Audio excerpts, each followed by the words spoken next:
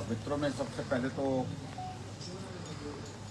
क्षमा चाहूँगा कि आप सबके बीच में पहुँचने में बहुत विलम्ब हुआ, बहुत देर करने, लेकिन रास्ते में पालनपुर पहुँच करके हमारे रास्ते में कुछ कार्यक्रम ऐसे जोड़ दिए जहाँ जाना भी बहुत जरूरी था और इस कारण से यहाँ पहुँचने में देर हुआ। पार्टी के हमारे यहाँ के प्रत्याशी भी आप सबके बीच में पहुँचे, डॉक्टर राजीव भारद्वाज। मकसद तो आज मुलाकात का था, बात का नहीं था ज़्यादा, लेकिन मुलाकात के साथ साथ में बात भी जरूरी है, ऐसा लगता है मुझे। लोकसभा के चुनाव के सिलसिले में भारतीय जनता पार्टी ने अपने चारों उम्मीदवार समय रहते घोषित कर दिए हैं हिमाचल प्रदेश में, और चारों पार्टी के हमारे प्रत्याशी लगभग सभी विधानसभा क्षेत्र का एक बार का दौरा पूर्ण कर चुके हैं। और जबकि कांग्रेस पार्टी 4 में से 2 लोकसभा के कैंडिडेट डिक्लेयर कर पाई है और 2 प्रत्याशी को ढूंढने की अभी तक बहुत सघन प्रयास किए जा रहे हैं, तलाश की जा रही है। और मैं उम्मीद करता हूं कि चुनाव तक जो है वो घोषित कर देंगे।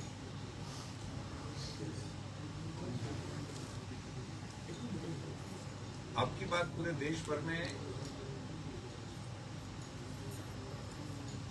जो वातावरण है, मुझे लगता है कि उसके बारे में कुछ कहने की आवश्यकता नहीं है।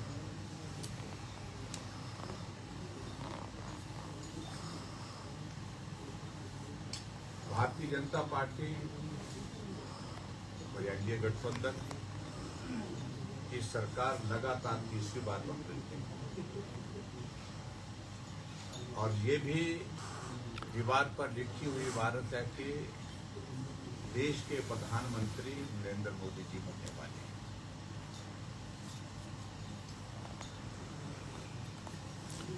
और जिस तरह का समर्थन पूरे देश भर में हर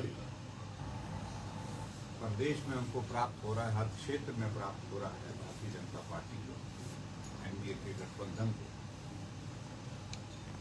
और उस दृष्टि से जो नारा दिया गया है, अब की बार 400 पार, अब की बार 400 पार, अब की बार 400 पार।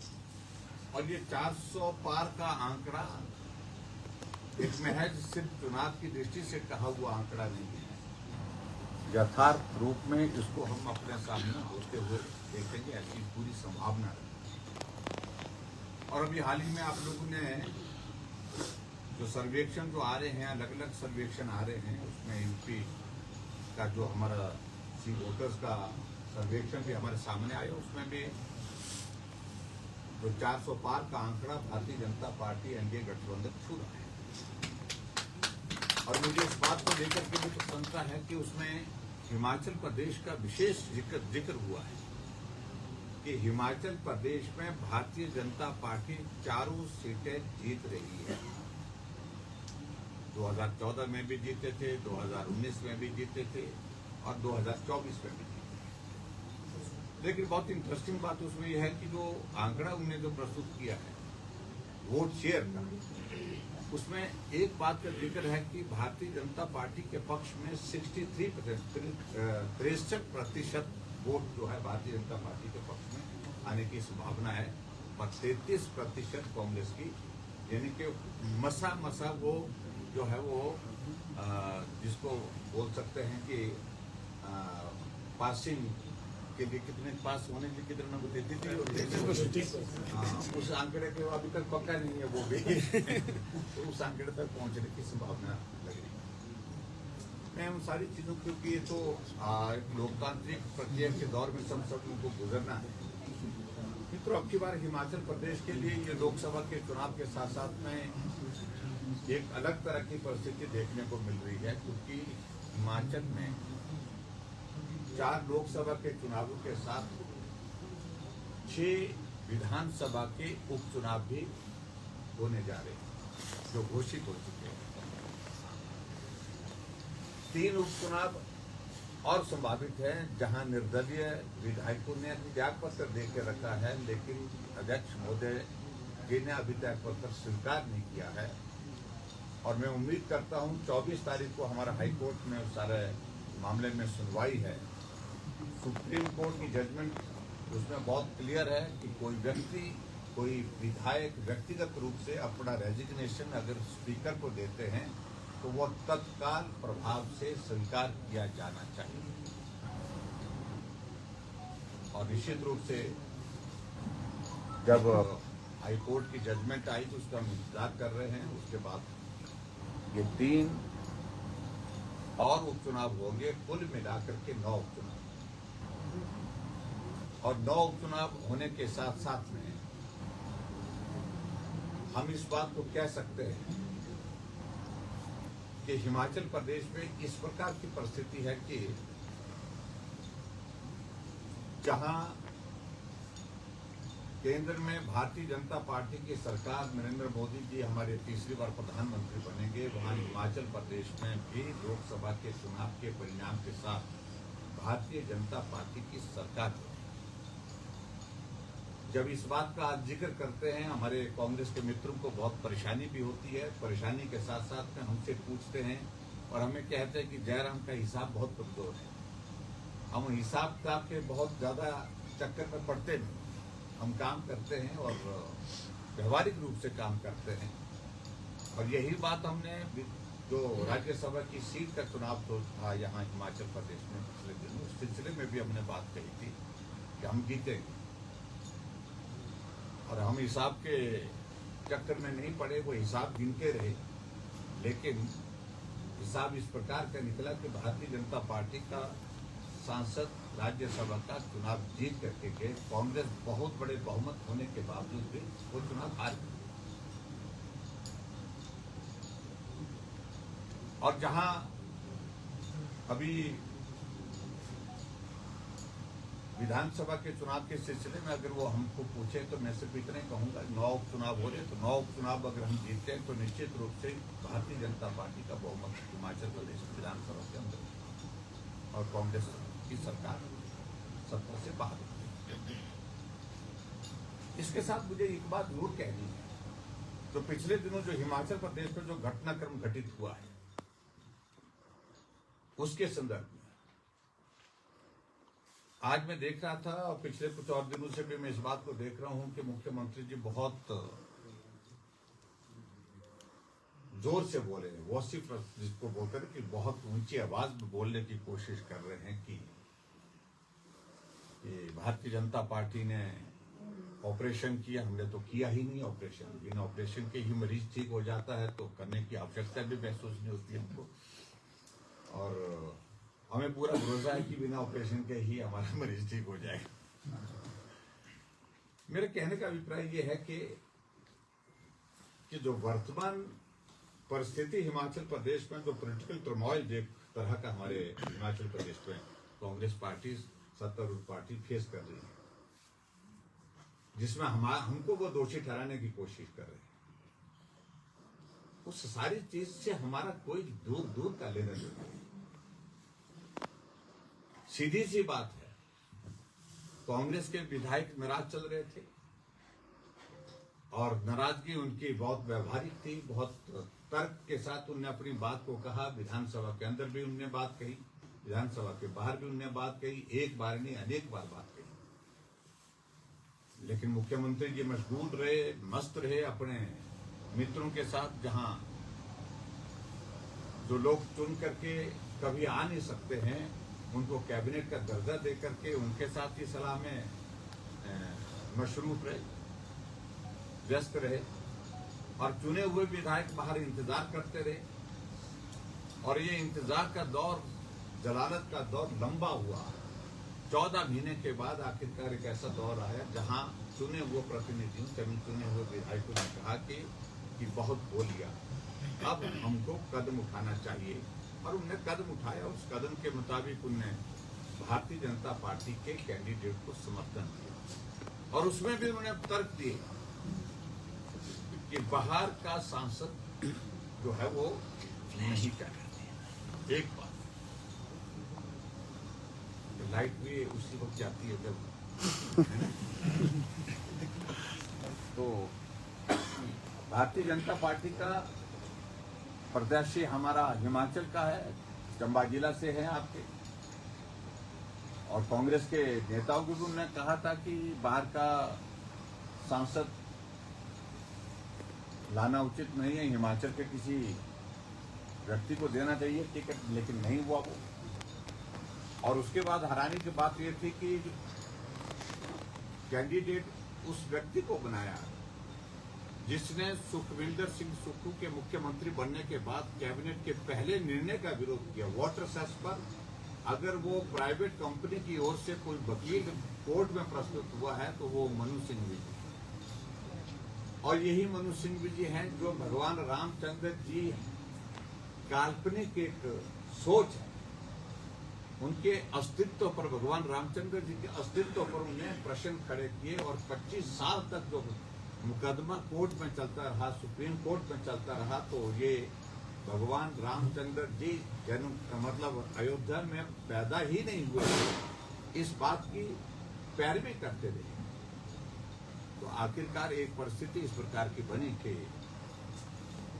चुनाव हुआ और चुनाव में इसमें 9 विधायकों ने भारतीय जनता पार्टी को समर्थन दिया, सहयोग दिया, जिसमें 6 कांग्रेस के, 3 निर्दलीय विधायक भारतीय जनता पार्टी के हमारे सांसद उसने चुनाव जीते। अब नैतिकता वास्तव में ये बनती है जब चुनाव का परिणाम आया, बहुमत होने के बावजूद राज्यसभा में कांग्रेस हार गई, नैतिकता तो ये बनती थी कि क्या पत्र देना चाहिए, लेकिन नहीं दिया। दूसरे दिन हिमाचल प्रदेश की विधानसभा के अंदर बजट पास होना था, बजट सत्र चला हुआ था, और उस बजट सत्र में अपना बहुमत उनको नहीं लग रहा था। ऐसी सूरत में बजट पास करना बहुत आवश्यक था। अगर बजट पास नहीं होता तो आपको मालूम है प्रोविजन है उसमें, फिर सरकार चले जाती है अगर बजट पास नहीं होता। तो भारतीय जनता पार्टी के 15 विधायकों को बिना किसी वजह के, बिना किसी कारण के उनकी सदस्यता सस्पेंड की गई। हमको सस्पेंड किया गया, जिसमें मैं भी शामिल था, ठाकुर जी भी शामिल थे, बहुत भाग्यशाली हैं। और 15 विधायकों को सस्पेंड करके 100 कमांडो भेज करके हमको सदन से बाहर उठा करके फेंक दिया गया। और नैतिकता की ये दूसरा एक पैरामीटर है जहां बजट को पारित करने के लिए कांग्रेस पार्टी को, कांग्रेस की सरकार को भारतीय जनता पार्टी के इनके विपक्ष के 15 विधायकों को सस्पेंड करना पड़ा, सदन से बाहर उठा करके फेंकना पड़ा। तो सत्ता में रहने का नैतिक अधिकार तो है ही नहीं, पहली बात। और आजकल के जो हालात हैं जिस प्रकार के, उन हालात के मुताबिक मैं कह सकता हूं कि सरकार नाम की कोई चीज है ही नहीं हिमाचल प्रदेश में। कानून व्यवस्था के सिलसिले में आज जिसके कारण मैं आप सबके बीच में पहुंचने में विलंब हुआ, पालमपुर में एक बेटी जो पढ़ाई कर रही है, एमए की पढ़ाई कर रही है, बस स्टैंड पे वहां पर एक युवक तेज धारदार हथियार से उन पर हमला करते हैं। 10 से ज्यादा वार ऊपर किए गए और उस बेटी को लहूलुहान कर दिया। जिंदगी और मौत के बीच में वो जूझ रही हैं इस वक्त पीजीआई चंडीगढ़ में। फिर आज उनके पिता से बात हुई, उनकी कजिन सिस्टर से बात, उनको मिलने के लिए उनके घर भी गया। और उससे कुछ दिन पहले वहीं पालमपुर के सुला विधानसभा क्षेत्र जो साथ लगता इलाका है, वहां पर एक 50 वर्ष की एक महिला की हत्या हुई और उसका गला काट दिया गया। जो कटर होता है, पेपर कटर होता है, उससे काट करके उनको नाले में फेंक दिया गया। पिछले कल बद्दी में गोलीबारी हुई जिसमें 10 लोग घायल हुए पड़े। प्रदेश की राजधानी शिमला में पुलिस रिपोर्टिंग रूम के सामने माल रोड पर एक युवक की जो बकरे की मीट काटने का जो होता, क्या बोलते हैं उसको, टोका बोलते हैं, उस टोके से काट करके उसकी हत्या कर दी। शिमला के रिज मैदान में आशियाना जो टूरिज्म का हमारा वहां पर रेस्टोरेंट है, उस रेस्टोरेंट में भारतीय जनता पार्टी के हमारे नेता प्रेस कॉन्फ्रेंस के लिए आते हैं, उन पर एनएसयू और यूथ कांग्रेस के लोग हमला कर देते हैं। आपके ही इसी चंबा जिला के अंतर्गत एक नौजवान को जब कांग्रेस की सरकार बने, सरकार बनने के बाद उसके 8 टुकड़े करके बोरी में डाल करके नदी में फेंक दिया गया, तो इस खड्ड में फेंक दिया, नाले में फेंक दिया गया। तो कानून व्यवस्था की सारी चीजें हो रही कहां से? पुलिस तो दूसरे काम में लगा के रखी है। पुलिस लगाई है हम सबके फोन टैपिंग के काम में, उनको वो कहां जा रहे हैं पूरी उनकी लोकेशन लेकर के आओ। शाम को मुख्यमंत्री को ब्रीफ किया जाता है सीआईडी के अधिकारियों द्वारा कि ये बंदा यहाँ गया था, जयराम ठाकुर यहाँ बैठा, 15 मिनट यहाँ बैठा, 15 मिनट वहां गया, सारी लोकेशन उनको दी जा रही। आखिरकार तमाशा बन गया ये। तो कांग्रेस के कुछ विधायकों को सुरक्षा इस कदर दी गई है, Z+ सिक्योरिटी से भी ज्यादा सुरक्षा दी गई है। 20 कमांडो एक विधायक की सुरक्षा के लिए दिए गए। आगे पायलट जाती है, पीछे एस्कॉर्ट जाती है और बहुत सारी गाड़ियों में पुलिस जाती है। तो जो कानून व्यवस्था के लिए जो काम पुलिस को करना था उनको किस काम में लगा के रखा? ये तो परिस्थिति है। इसलिए तो बहुत सारी चीजें, हम बहुत सारी बातें कह सकते हैं। हिमाचल प्रदेश में कांग्रेस तमाशा बनते हैं। गारंटियों के सिलसिले में मुझे कहने की आवश्यकता नहीं थी। अब तो गारंटी का जिक्र करना हमने इसलिए छोड़ दिया क्योंकि अब सरकार की ही गारंटी दी और ऐसा लगता है कि पूरी जरूर होता है ना, तो सरकार की ही गारंटी पूरी हो गई है।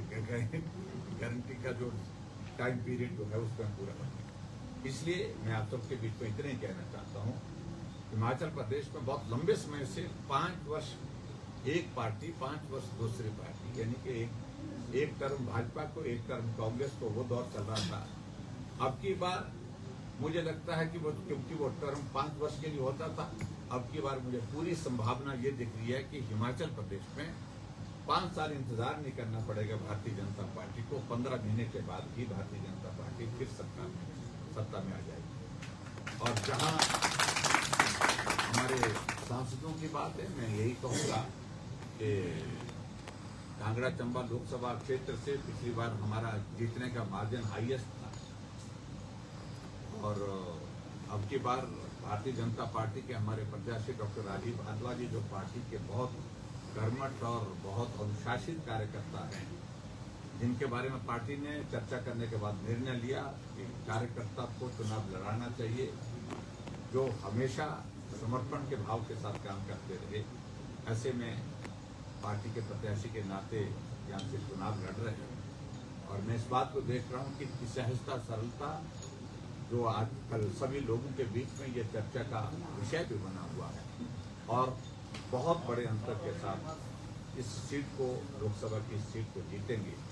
और हिमाचल प्रदेश में मैं यही कहूँगा कि 4 सीटें हम लोकसभा की जीतेंगे, जिसका जिक्र किया मैंने। 2014 में भी जीते थे और 2019 में भी हम जीते थे और 2019 का तो हमारा जीतने का रिकॉर्ड इस तरह का रहा था, हम 68 की 68 सीटों पर जीते थे और 69% वोट शेयर के साथ पूरे देश भर में नंबर 1 पर हिमाचल प्रदेश रहा।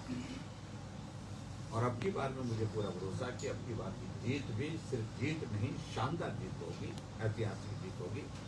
यही मुझे कहना था आप सब। सर, जो आपने पालमपुर वाले कांड का कल का जो उसका जिक्र किया, उसमें एक मुख्यमंत्री जी का बयान आया है कि ये जो इस मामले को लॉ एंड ऑर्डर से नहीं जोड़ा जा सकता, ये उनके आपसी बातचीत का मामला था। इस बारे में आप क्या कहेंगे, कैसा बयान? देखिए, मैं उनका बयान तो मैंने सुना नहीं, लेकिन अगर ऐसा बयान दिया है तो मैं समझता हूं कि ये लगातार घटनाओं का क्रम जो घटित हो रहा है और जो घटनाओं का क्रम घटित हो रहा है उसमें किसी जगह आदमी की जिंदगी जा रही है, किसी जगह आदमी मौत और जिंदगी के बीच में जूझ रहा है, और उसके साथ साथ में और बहुत सारी चीज़ों को लेकर के, और इस घटना को मैं कह सकता हूँ, दावे के साथ कह सकता हूँ कि कानून व्यवस्था से जुड़ा हुआ मसला भी है। पुलिस ने आरोपी को तो पकड़ लिया, पकड़ने के साथ वो बेटी वहां पर सड़क पर तड़पती रही। उस आदमी को तो, जो आरोपी था, उसको तो ले करके वहां से चले गए, लेकिन जो पहली प्राथमिकता उनकी बनती थी नैतिकता के आधार पर, जो बेटी जो घायल थी उस वक्त लहूलुहान थी, उसको तुरंत उठा करके हॉस्पिटल ले जाते। पुलिस नहीं ले गई, दूसरे लोग ले गए वहां पर। ये एक चिंता करती है। और दूसरी बात, जब हॉस्पिटल में जो आरोपी है उसको पुलिस मेडिकल के लिए ले गई और वहां हॉस्पिटल में एक व्यक्ति भावना उसकी मन की इस प्रकार की आई कि इस आदमी ने गलत किया है, और उस पर गुस्सा जाहिर करते करते उसने ऐसा हाथ उठाने की कोशिश की। पुलिस ने उसी आदमी को ही लातों से वहां पर पीट करके जो है वो चेक कर दिया। यानी कि मेरे कहने का मतलब, व्यवहारिक चीजें सोचने की आवश्यकता है। मैं सिर्फ यही कहूंगा, अब मुख्यमंत्री जी कुछ भी कहें, लेकिन ये सारी चीजें कानून व्यवस्था से जुड़ी हुई है। आपके बद्दी में पिछले कल ही गोलीकांड हुआ, उसके बारे में क्या कहते हैं? कानून व्यवस्था का विषय नहीं है। वहां पर जेसीबी जो है, जो ये खनन माफिया वाले आपस में इस प्रकार लड़ जाते हैं, जहां जेसीबी के जो ऑपरेटर था उस पर गोलियां चलाई। तो एक नहीं अनेकों घटनाएं। शिमला के माल रोड पर एक रेस्टोरेंट में बम की तरह एक ब्लास्ट हो जाता है, और पुलिस कहती है ये गैस का सिलेंडर जो है फटने की वजह से हुआ। सिलेंडर आज तक नहीं मिला, फटा हुआ। और जो रिपोर्ट आई उसके बाद, रिपोर्ट जो आई और रिपोर्ट के मुताबिक वो विस्फोट गैस का विस्फोट नहीं है। उस मामले को हशप किया गया है और उसमें ये पाया गया है कि RDX की मात्रा उसमें पाई गई। लेकिन वो सारी चीज को लेकर के आदमी की जिंदगी चले गई, और शिमला के माल रोड पर हुआ है, शिव मंदिर के सामने हुआ है, और सावन के महीने में हुआ है। तो ऐसी चीजों को लेकर के बहुत सारे उदाहरण हमारे पास हैं, लेकिन मुख्यमंत्री जी जिम्मेवारी से अपने आप को मुक्त करना चाहते हैं, लेकिन नहीं हो सकती इस प्रकार से। सर, ये कंगना रनौत की टिकट पे बात कह रही है कि कुछ कांग्रेसी नेता कह रहे हैं कि उनकी टिकट से कुछ भाजपाई ही नाराज हैं, और यहाँ तो डिप्टी CM साहब ने यहाँ तक कहा कि भाजपा आने वाले दिनों में कुछ प्रत्याशियों को बदल सकती है। इस बारे में आपका उनको जो सलाह दी है, सलाह देने के लिए धन्यवाद, लेकिन आपकी सलाह पर अमल नहीं होगा। भारतीय जनता पार्टी अपने पार्टी का प्रत्याशी कौन होगा वो निर्णय करने में सक्षम है, और मैं यही कहूँगा कि अगर ये हालात बने हैं तो कांग्रेस पार्टी के अंदर इस तरह के हालात हो सकते हैं, लेकिन भारतीय जनता पार्टी में इस तरह की किसी बात को लेकर के कोई चर्चा नहीं। और जहाँ नाराजगी की बात है, नाराजगी दूर हो गई है सबकी, सब लोग काम में जुट गए हैं, कोई भी आदमी ऐसा नहीं काम में नहीं। सब चंपा कांगड़ा की बात करें तो पिछली बार हाईएस्ट मार्जिन रहा है, तो इस बार भी उम्मीद ऐसी लगाई जा सकती है कि मैं उम्मीद करता हूँ इस बात को लेकर के कि आदरणीय मोदी चंपा जी से पिछड़ा चंपा का जो ये शब्द पिछड़ा चंपा है, इसको कब तक हटा लिया जाएगा? ये देखिए, एक बात को हमको व्यवहारिक तौर पर सोचना है। इस देश में बहुत लंबे समय तक कांग्रेस पार्टी सत्ता में रही, और इस प्रदेश में भी बहुत लंबे समय तक कांग्रेस पार्टी सत्ता में रही। भारतीय जनता पार्टी की कंपैरिजन में, तुलना में कांग्रेस लंबे समय तक सत्ता में रही। आज अगर हिमाचल प्रदेश में कुछ एक इलाके, कुछ एक जिले, कुछ एक विधानसभा क्षेत्र अगर पिछड़े हुए हैं, जहां अभी भी काम करने की ज़्यादा आवश्यकता महसूस होती है, तो उसकी वजह सिर्फ यही है कि जो ज़्यादा लंबे समय तक सत्ता में रहे हैं वो दोषी है। और भारतीय जनता पार्टी ने चिन्हित किया, ईयर मार्क किया है ऐसे स्थानों को और इसलिए एक जिला हिमाचल प्रदेश का एस्पिरेशनल डिस्ट्रिक्ट के नाते चुना गया और चंबा जिला चुना गया, क्योंकि यहाँ अभी तक और ज्यादा काम करने की आवश्यकता है। और उस दृष्टि से केंद्र सरकार विशेष योजना के साथ काम कर रही है और प्रदेश सरकार ने भी उस तरह से हमने काम करने की कोशिश की है। और निश्चित रूप से मुझे लगता है कि आने वाले समय में चंबा इस कैटेगरी से आकर के बाकी राज्यों में जिस प्रकार से विकास, संतुलित विकास, समग्र विकास की जो बात को देखता है, वो चंबा के इस क्षेत्र का। सर, आज काफ़ी अरसे के बाद जो प्रभावजी भाजपा है वो एक मंच पे दिखने को मिल रही है। क्या आपके आने के उपरांत, क्या आपके जाने के बाद फिर वही स्थिति वही आ जाएगी या ये एकत्रित आने से पहले भी एकजुट थी और आने के बाद भी, जाने के बाद भी एकजुट रहेगी, इसमें आप चिंता मत करें। Thank you please, thank you very much, thank you.